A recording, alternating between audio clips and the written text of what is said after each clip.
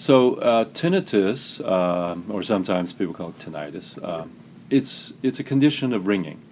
There's noise, and that noise sometimes is so faint it's not noticeable. It doesn't affect someone in terms of their consciousness.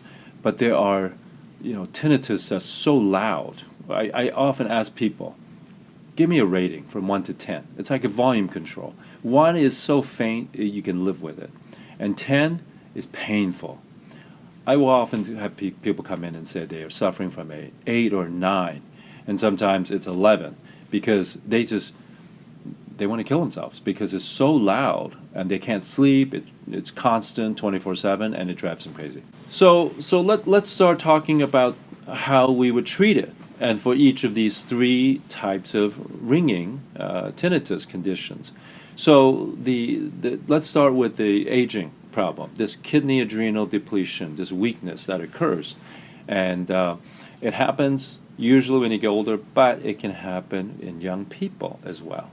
Because young people also do stupid things to age themselves, right? What do?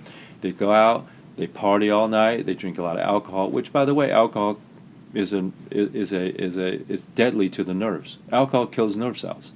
And so the more alcohol you drink, the more you're going to damage your nerve endings, right? And so they party all night, and it's essentially you live a life of debauchery, and eventually it will catch up to you, and you wake up one day, you're 35 years old, and you feel like 55 or 75. So during the healing process, we will employ all the modalities that are available to us.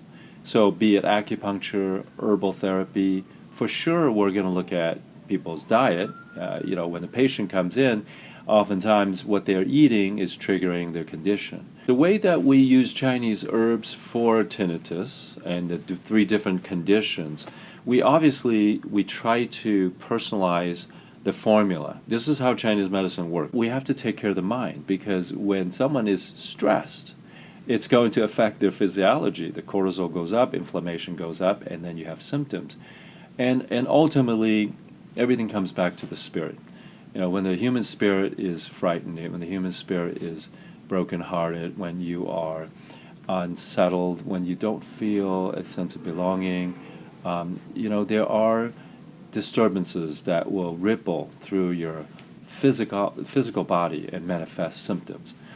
And so we counsel people with techniques like meditation, like spiritual practices, for example, besides all the physical modalities.